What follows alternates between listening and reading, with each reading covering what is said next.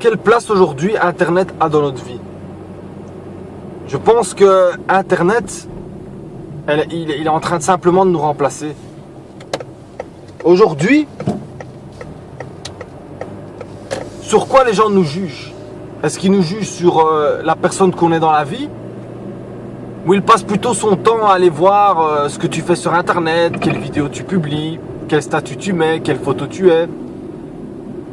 Et il suffit que même si tu es en train de vivre un moment de merde, tu publies une photo où tu as le sourire, ben les gens diront, bah ouais, bah écoute, José, il est heureux, je l'ai vu sur une photo, il était à la plage avec 4 filles, franchement, il passe une période super. Et peut-être qu'en ce moment même, tu es en train de vivre la période la plus triste de ta vie, mais tout le monde s'en fout. Et personne ne va t'appeler, personne ne va penser à toi, parce que tu n'es plus qu'une image aux yeux des gens. Tu n'es plus que, voilà, le mec sur Facebook, le mec qui fait des vidéos. Par exemple, un mec comme moi, qui de temps en temps fait des vidéos à la con, ou de temps en temps fait le con sur Internet, mais les gens, ils se doutent pas peut-être que des fois, il est pas bien, ou des fois il est triste. Voilà, tu as une image du mec voilà, qui s'amuse tout le temps, qui est con. Et donc les gens ils se cassent même plus la tête. En fait tu es ça pour les gens. Tu es cette image là.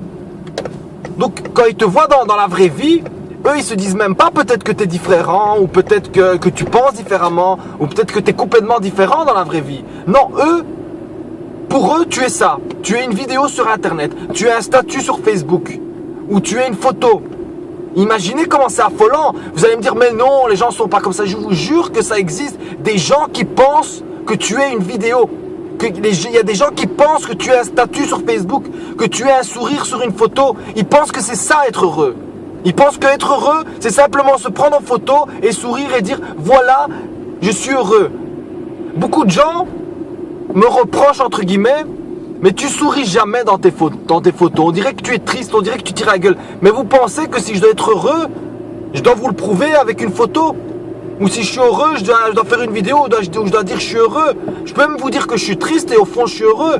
Ce n'est qu'une image, vous comprenez? Ce n'est qu'une image. Ce n'est qu'une image. Et dans un monde aujourd'hui où on a l'impression d'être plus des avatars, on est plus des poupées qu'on habille un peu comme on veut, ben, c'est difficile d'admettre que finalement, le plus important, on ne le voit pas avec les yeux. Et les gens qui essayent de te connaître ou de te voir juste avec les yeux, c'est des gens qui sont malsains. Des gens qui sont malsains.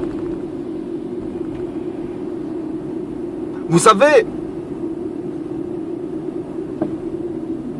pour moi c'est difficile aussi. Et je suis aussi tenté plein de fois d'être comme tout le monde. Parce que c'est tellement facile de se dire, je suis qu'une image. Voilà, demain je me fais une belle photo, je souris.